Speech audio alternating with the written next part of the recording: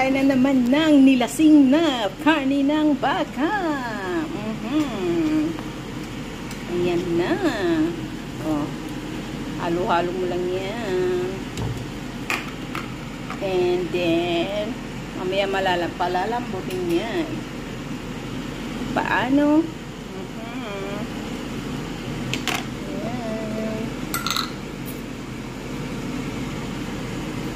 Lagyan mo ng spices kung ano yung gusto mo. Maanghang, matamis, o maasim. No. And, don't forget, red wine. Mamaya na yan ilalagay. Okay? Ang good. Mag-dissolve ang kanyang amoy. Oh. Ayan. At, iluluto natin yan sa slow cook.